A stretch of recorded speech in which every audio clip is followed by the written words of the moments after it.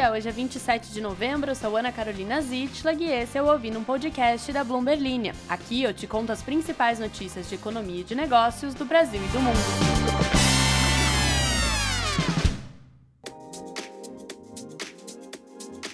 Bom dia, queridas e queridos ouvintes, última semana de novembro começando. Se você não colocou luzinhas de Natal na sua sacada, este é o momento. Se você está escutando esta minha bela voz ainda intacta, é porque estou gravando este episódio no início de domingo. Então já deixo aí a minha meia-culpa caso aconteça alguma coisa imprescindível para um podcast de notícias a partir do meio-dia. Não estará sendo coberto por este podcast, já que as apresentadoras devem estar sem voz dentro em breve ao frequentarem o show de uma determinada cantora americana que se encontra no Brasil pelo último dia.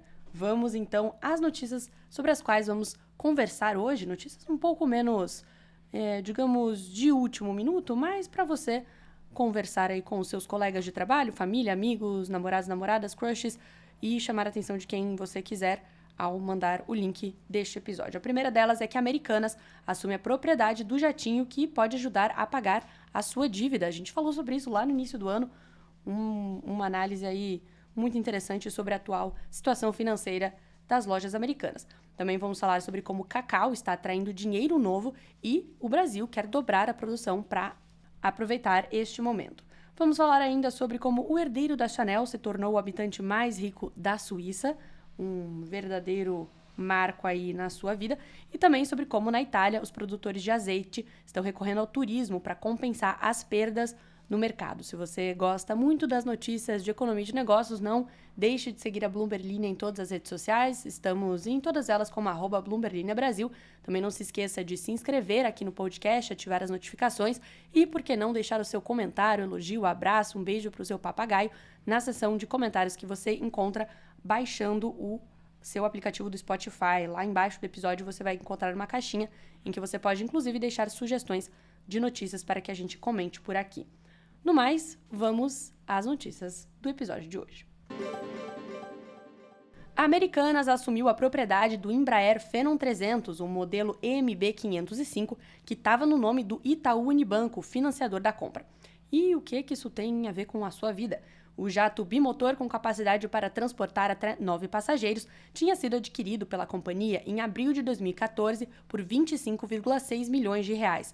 Na prática, isso significa que a varejista poderá finalmente oficializar a venda do avião dentro do plano de se desfazer de ativos para pagar os seus credores. Lembrando que a dívida total da Americanas, sem desconto, alcança a cifra de 42,5 bilhões de reais. A transferência de propriedade foi oficializada no último dia 28 de setembro, segundo a atualização da matrícula da aeronave no RAB, o Registro Aeronáutico Brasileiro, vista pela Bloomberg Linha. Anteriormente, o documento apontava como proprietário do ativo o Itaú BBA, o banco de investimentos do maior conglomerado financeiro do Brasil.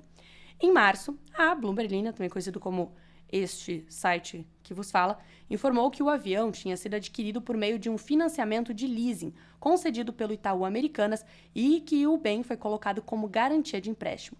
Por esse motivo, o registro apontava antes a subsidiária do banco como proprietária do jatinho.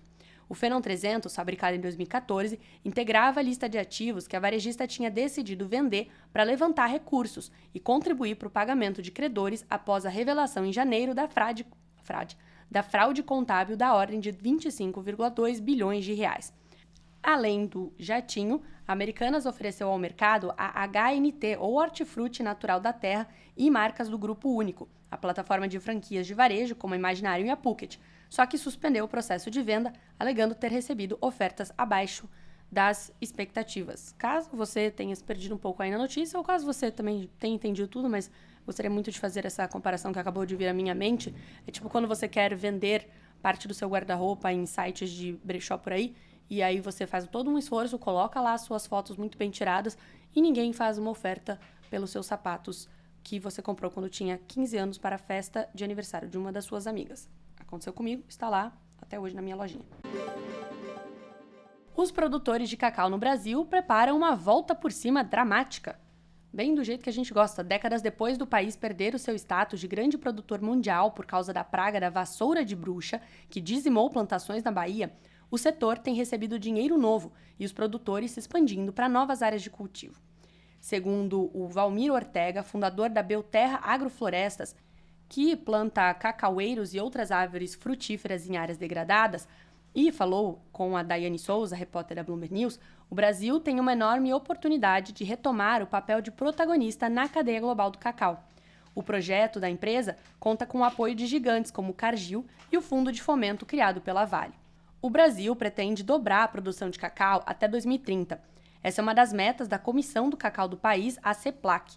Já em 2025, o país deve produzir o suficiente para atender a demanda interna, segundo a diretora do órgão, Lucimara Chiari. Isso reduziria a necessidade de importar, ajudando a aliviar a grave escassez global do ingrediente do chocolate. Segundo ela, de todos os países produtores de cacau, o Brasil tem o maior potencial de crescimento. O projeto deve trazer alívio para o mercado global de cacau, que enfrenta uma queda de estoques causadas por mau tempo e doenças nos principais países produtores, Costa do Marfim e a Gana. Os reveses na África puxaram um salto de quase 70% nos futuros de cacau este ano. A iniciativa Cocoa Action Brasil mapeou pelo menos 24 projetos em andamento no país, com um investimento total de mais de 150 milhões de reais. Será que o nosso chocolatinho vai ficar mais barato? Isso seria uma grande alegria.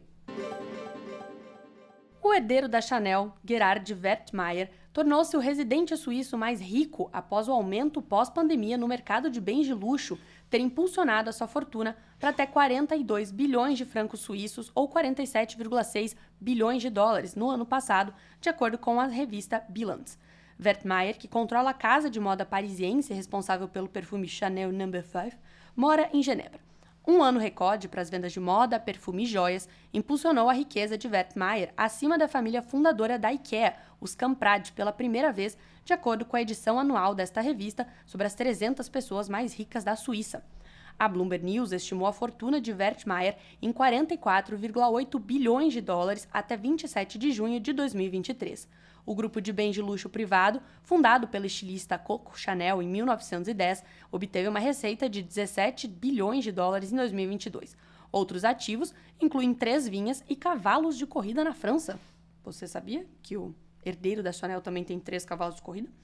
A Suíça é reconhecida por ser o lar de diversos bilionários de outras nacionalidades, incluindo ocupantes do ranking das pessoas mais ricas do Brasil, como Jorge Paulo Lemann, Carlos Alberto Sicupira e a Vicky Safra. Em abril, a revista Forbes publicou a edição de 2023 do seu ranking de pessoas mais ricas do mundo, trazendo 2.640 nomes, sendo 51 do Brasil, 11 a menos do que o número do ano passado. Chuvas intensas em toda a Itália na primavera derrubaram muitas das flores de oliveira das 900 árvores da produtora Maria Angela Macchia, que tem uma fazenda próxima a Morici, nas colinas da Toscana. E ela é apenas um dos exemplos do que se espera que faça com que a produção de azeite deste ano caia cerca de 3/4 no país. Para compensar a parte da queda de ganhos, Macchia tem recebido grupos de turistas organizados pela agência de turismo Trip Toscana, com sede em Roterdã, na Holanda. Os visitantes se hospedam na sua fazenda, ajudam a colher as azeitonas e exploram a região durante o tempo livre. No final, recebem uma garrafa de meio litro de azeite para levar para casa. Os viajantes têm uma amostra do trabalho, que envolve a produção de alguns dos melhores azeites de oliva extra virgens do mundo, ao mesmo tempo em que fornecem uma fonte alternativa de receita para os agricultores, cujos ganhos têm diminuído cada vez mais com o aumento dos custos de produção e os efeitos das mudanças climáticas. O tour de 5 dias da Trip Toscana custa 745 euros, ou 810 dólares, incluindo 2 dias de colheita e uma visita ao frantoio, o local onde a fruta de sabor amargo é prensada para extrair o azeite extra virgem. Macchia se beneficia ao reservar apartamentos em Morici, que normalmente estariam vazios durante a entre-safra. Ela também tem mão de obra gratuita, ajudando na colheita de azeitonas. A produção global de azeite deve cair nesta safra para 1,97 milhão de toneladas, uma queda de 23% em relação à média dos 4 anos anteriores, segundo a Olive Oil Times, uma publicação comercial que acompanha o setor. A Espanha, que tradicionalmente produz cerca de metade do azeite de oliva do mundo, enfrenta o segundo ano de seca, que reduziu a colheita do ano passado em mais da metade. Apenas uma melhoria marginal é esperada este ano. Os produtores gregos, por sua vez, foram prejudicados por chuvas cataclísmicas e granizo em setembro, que danificaram as árvores. A produção de azeite grego deve cair 40% em relação à safra recorde do ano passado, segundo a Olive Oil Times. Já na Itália, o custo do azeite de oliva estava 49% mais alto em outubro do que no ano anterior. Na Espanha, onde os supermercados agora trancam o azeite de oliva para combater o furto, o aumento é de quase 74%. Então, é isso, minha gente. Falei que o episódio de hoje ele ia ser rapidinho, pocket. Amanhã estaremos de volta, muito provavelmente sem voz. Vou ler aqui alguns dos comentários, falando o Ira, por exemplo, que mais uma vez traz aí sobre como ele acha engraçado as fontes que falam em anonimato, tanto a Bloomberg News quanto a Bloomberg Linha de vez em quando. Ele falando que sempre que surge alguém que fala em anonimato, eu acho que essa pessoa é uma fofoqueira profissional. Na verdade, esse é o segundo título que aparece no diploma do jornalismo. Já a Ra diz que a fonte pessoas que falarem anonimato é um igual a confia, como diria Will Smith. Leitura de comentários pocket para você nesta segunda-feira, até para você começar a sua semana aí logo, já sem enrolações.